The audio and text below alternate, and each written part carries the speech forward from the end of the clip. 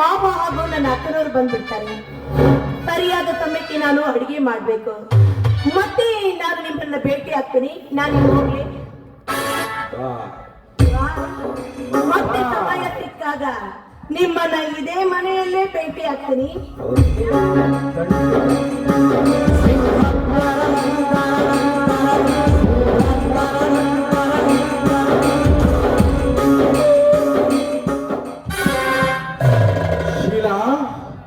ನಾ ಬೀಸಿದ ಮೋಸದ ಗಾಣದಲ್ಲಿ ಸಿಲುಕಿಕೊಂಡ ಮೀನು ನೀನು ಇನ್ನು ಮುಂದೆ ಆಡಿಸಿದಂತೆ ಆಡಲೇಬೇಕು. ಅಂಥದ್ರಲ್ಲಿ ಸಿಕ್ಕ ಪ್ರಾಣಿಗಳನ್ನು ತಿಂದು ತೇಗುತ್ತಿರುವ ನಿಮ್ಮ ಅಣ್ಣ ಜಯರಾಜ್ ಸಂಚು ಮಾಡಿ ಹೊಂಚು ಹಾಕಿ ನೀ ಮಾಡುತ್ತಿರುವ ಮೋಸದಾಟಕ್ಕೆ ಪ್ರತಿ ಮೋಸ ಮಾಡದೆ ಹೋದರೆ ನನ್ನ ಹೆಸರು ಛಲಗಾರ ಛತ್ರಪತಿ ಪೃಥ್ವಿ ರಾಜನೇ ಅಲ್ಲ.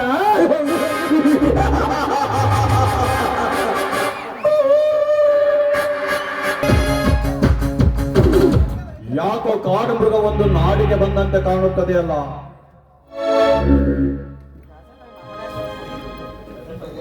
ಕಾಡಿನಲ್ಲಿ ಆಹಾರ ಸಿಗದೆ ಇದ್ದಾಗ ನಾಡಿಗೆ ಬರುವುದು ಕಾಡು ಪ್ರಾಣಿಗಳ ಲಕ್ಷಣ ಅಲ್ಲವೇ ಮಿಸ್ಟರ್ ಅರ್ಜುನ್? ಪೃಥ್ವಿರಾಜ್, ನಾಡಿಗೆ ಬಂದ ಕಾಡು ಪ್ರಾಣಿಯನ್ನು ಕಟ್ಟಿಗೆ ಕಲ್ಲುಗಳಿಂದ ಹೊಡೆದು ಕೊಲ್ಲುತ್ತಾರೆ ಈ ನಾಡಿನ ಜನ ಅಂತ ಗೊತ್ತಿರಬೇಕಲ್ಲವೇ? ಮಾಂಸದ ರುಚಿ ಕಂಡ ಕಾಡು ಪ್ರಾಣಿಗಳಿಗೆ ಜೀವದ ಭಯ ಇರುವುದಿಲ್ಲ, ಹಸಿವು ಹಿಂಗಬೇಕು ಅಷ್ಟೇ. ಅದಕ್ಕೆ ಆಹಾರ ಸಿಕ್ಕಿತು, ಖುಷಿಯಿಂದ ಉಂಡು ಹೋಗ್ತಾ ಇದ್ದೀನಿ.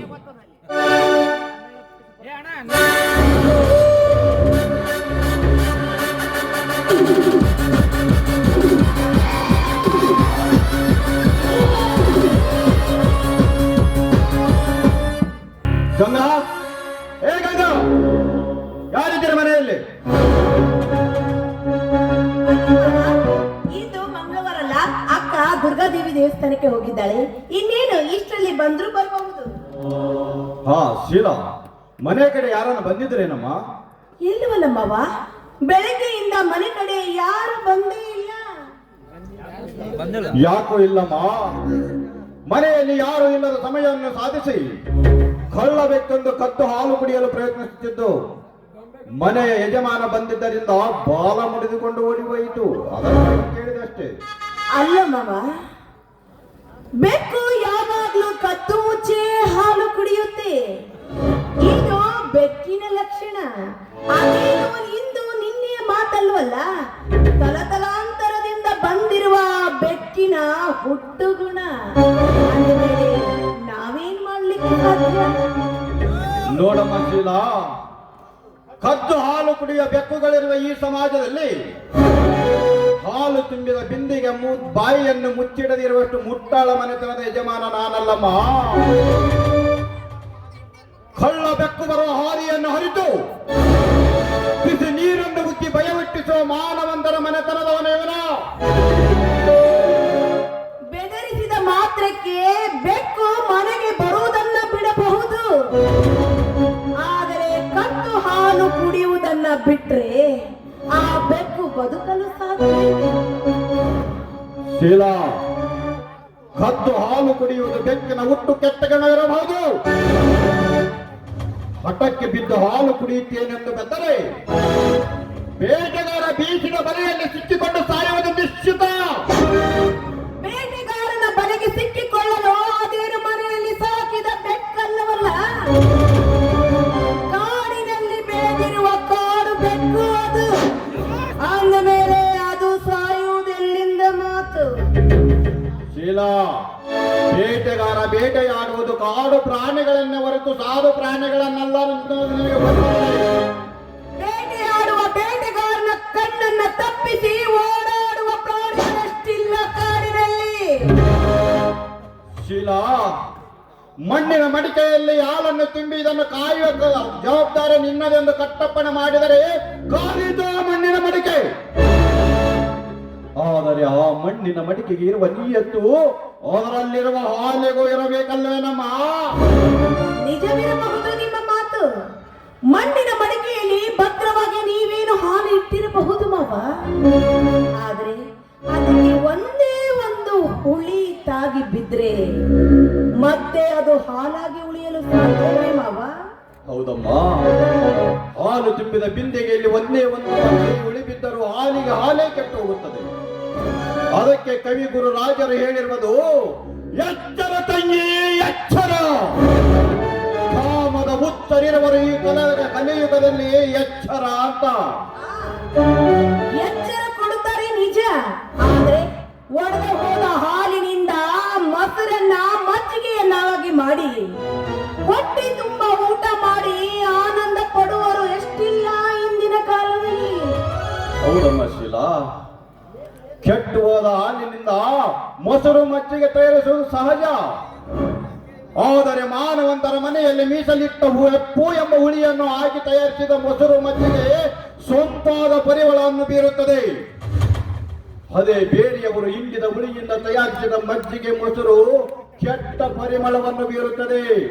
ಇಟ್ಟು ತಿನ್ನಲು ಹೋದರೆ ಕೆಟ್ಟ ಹುಳವಾದೀತು ಹೊರತು ಪರಿಮಳ ಸಿಗಲು ಸಾಧ್ಯವೇ?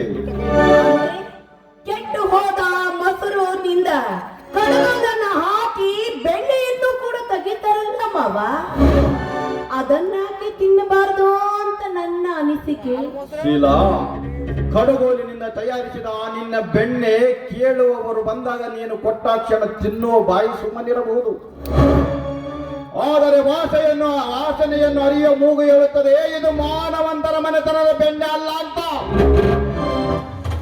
ಅಷ್ಟೇ ಯಾಕಮ್ಮ, ಹೆಣ್ಣು ಎಷ್ಟಿ ಆಧಾರ ಮಾಡಿ ಹಡೆದ ಮಗುವಿಗೆ ಸೂಳೆಯ ಮಗ ಎನ್ನುತ್ತಾರೆ ವಿನ ಭಾರತೀಯ ಮಗ ಅಂತ ಎಂದು ಹೇಳುವುದಿಲ್ಲ ಈ ಸಮಾಜದಲ್ಲಿ.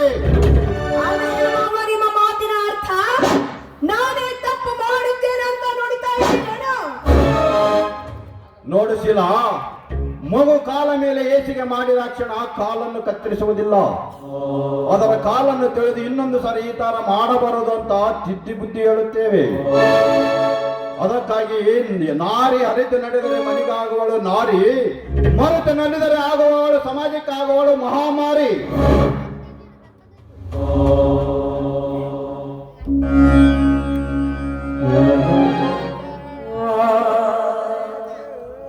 ಏನು ಸೊಸಿನ ಭಾವನ ಏನೋ ವಿಚಾರ ಮಾಡ್ತಿದಂತೆ ಕಾಣ್ತಿದೆ. ಏನು ಇಲ್ಲ ಗಂಗಾ, ಶೀಲಾ ಇನ್ನ ನಮ್ಮ ಮನೆಗೆ ಹೊಸಗಳು, ಅದರಲ್ಲಿ ಬೇರೆ ಚಿಕ್ಕವಳು. ನಮ್ಮ ಮನೆಗೆ ರೀತಿ ನೀತಿಗಳನ್ನು ತಿಳಿಸಿ ಹೇಳ್ತಿದ್ದೆ ಅಷ್ಟೇ. ಈ ನನ್ನ ತಂಗಿಯನ್ನು ಅಷ್ಟೊಂದು ದಡ್ಡಳಿಂದ ತಿಳ್ಕೊಂಡ್ರೇನು? ಬುದ್ಧಿವಂತೆ, ಗುಣವಂತೆ ಅಷ್ಟೇ ಅಲ್ಲರಿ, ನನ್ನ ಮೈದನಿಗೆ ತಕ್ಕ ರೂಪವತಿ ಕೂಡ.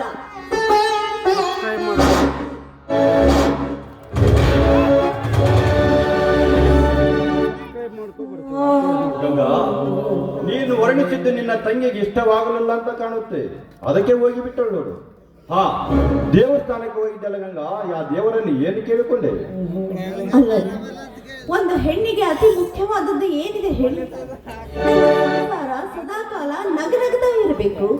ಈ ಮುದ್ದಾದ ಗಂಡನಿಗೆ ಮುದ್ದು ಮಾಡೋದಕ್ಕೆ ಒಂದು ಮುದ್ದಾದ ಮಗು ಬೇಕು ಅಂತ ಕೇಳ್ಕೊಂಡಿರಿ. ಗಂಗಾ, ಕಂಡ ದೇವರಿಗೆ ಅರಿತ ಹೊತ್ತ ಮಾತ್ರಕ್ಕೆ ಗಂಡನಿಲ್ಲದೆ ಮಕ್ಕಳಾದವೇ ಹಾಗೆ.